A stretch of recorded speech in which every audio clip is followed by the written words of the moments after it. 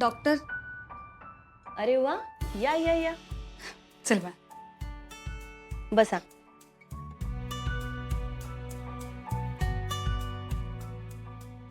Doctor, सकाळी आपलं फोनवर बोलणं झाल्याप्रमाणे मी अमोलला घेऊन आली. त्याच्यात ज्या काही टेस्ट असतील ना त्या प्लीज आजच करून घ्या ना. काय अमोल, कशी आहे तब्येत? एकदम ओके डॉक्टर. गुड. मामा,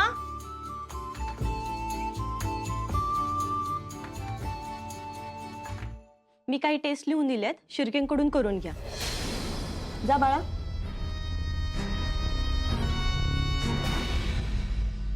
आता अमोलला परत चक्कर आलेली नाहीये तर त्याच्या वाचण्याचे चान्सेस आहेत ना. मॅडम, या केसेस फार नाजूक असतात, त्यामुळे अमोलच्या केसची चर्चा आपण बाकी स्पेशलिस्ट डॉक्टरांबरोबर केलेली आहे. आणि आम्हाला सगळ्यांना असं वाटतंय की अमोल खूप नाजूक फेजमध्ये आहे. लेट बी पॉझिटिव्ह. असं नाही डॉक्टर, जे काय आहे ना ते तुम्ही स्पष्ट सांगा. अहो पण हे बघा डॉक्टर, तुम्ही जर असं कोड्यात बोलत राहिलात ना तर माझ्या जीवाला घोर लागून राहील. त्याच्यापेक्षा जसं आहे तसं सांगा तुम्ही. ओके, हे बघा, अमोलचं वाचणं जवळपास अशक्य आहे. तुम्ही फॅमिलीमध्ये देखील सगळ्यांना सांगून ठेवा.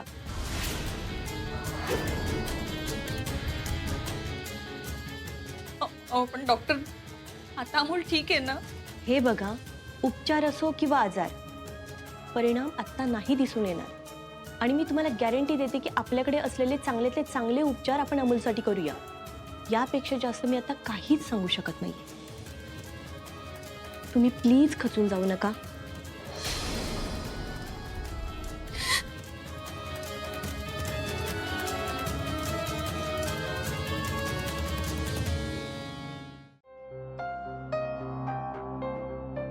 काय झालं?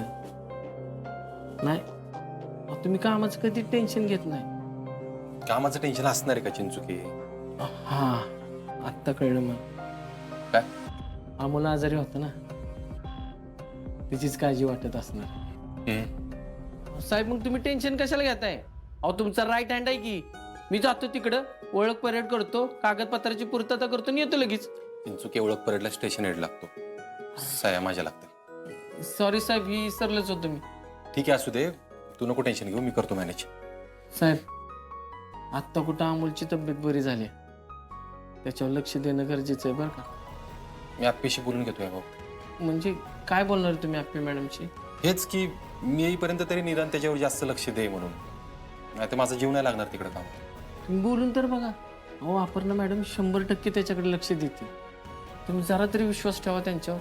चिंचुके, कामाच्या बाबतीत आप्पीवर मी 100 वेळा विश्वास ठेवू, पण अमोलच्या बाबतीत विश्वास ठेवू नये ना, अवघड झाली. असं काय बोलताय तुम्ही? अहो, 7 वर्ष लहानाचं मोठं त्यांनीच तर केलंय त्याला. चिंचुके, तेव्हाची गोष्ट वेगळी होती. तुम्हाला सगळ्यांना ही गोष्ट कळत कशी नाही रे? तेव्हा त्यांच्या जीवाला काय धोका होता का? नव्हता. आप्पी फक्त इकडे आली तर मनी मावशीने कसा फना काढला?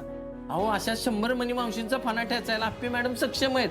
अहो, तुम्ही नका काळजी करू साहेब. तुला लय गॅरंटी रे तिच्यावर? आईचं काळीच आहे. म्हणजे पोरावर जर काही संकट आलं ना तर ते स्वतः समोर उभं राहतील आणि मगच आई म्हणून घेते. आणि त्यात त्या पुणे जिल्ह्याच्या कलेक्टर येतो, त्यांच्या बाजूने अख्खं प्रशासन आहे. तुम्ही अजिबात काळजी करू नका साहेब. तू म्हणतोय तसं झालं तर चांगलंच आहे. तुम्ही अपर्णा मॅडमशी एकदा बोलून तर बघा. ठीक आहे, बोलीन मी त्याच्या. चालेल साहेब, मी आहे बाहेर.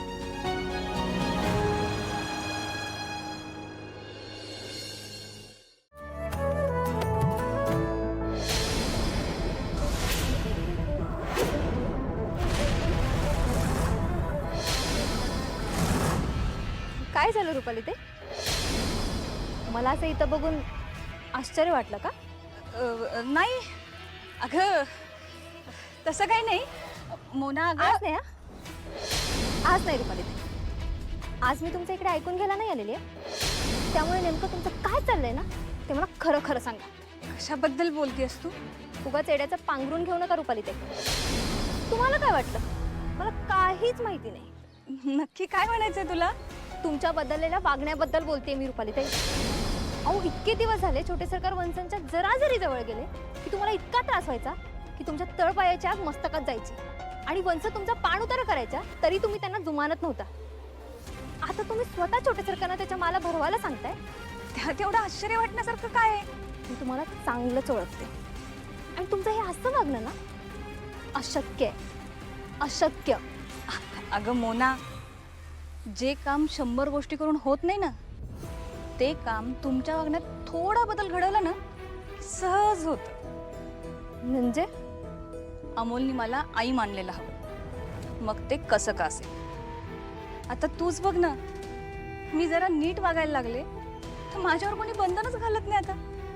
अगं चांगलं वागून मी अमोल बरोबर फिरायला जाऊ शकते, त्याचा डबा करू शकते. लांब कशाला, आजच बघ, त्याला शाळेत सोडायला यायला मला कोणी अडवलं सुद्धा नाही. कळतंय का तुला? काही का असे ना, आपलं काम होणं हे महत्वाचं. वा रुपालीताई, काय डोकं लावलंय तुम्ही. आता तू बघच, काही दिवसात मला अमोल आई मानतोय की नाही. पण बरं झालं बाई, मला आत्ता तरी कळालं. नाहीतर आमच्या ह्यानं ना तुमच्यावर शंका आली होती. आणि तुम्हाला माहिती आहे का, आज त्यांनीच मला पाठवलं होतं तुमच्यावर नजर ठेवायला. काय म्हणजे दीपकने सांगितलं म्हणून तू इथं आलीस? हो रुपालीताई. हे बघ मोना, दीपकला ह्यातलं काही कळू देऊ नकोस. हं? काही काय बोलताय, आणि मी का सांगेन त्यांना. आणि हे बघा, मी आहे तुमच्या बरोबर, तुम्ही काहीच काळजी करू नका. थँक्यू मोना. ठीक आहे, आता आपण निघायचं का? हां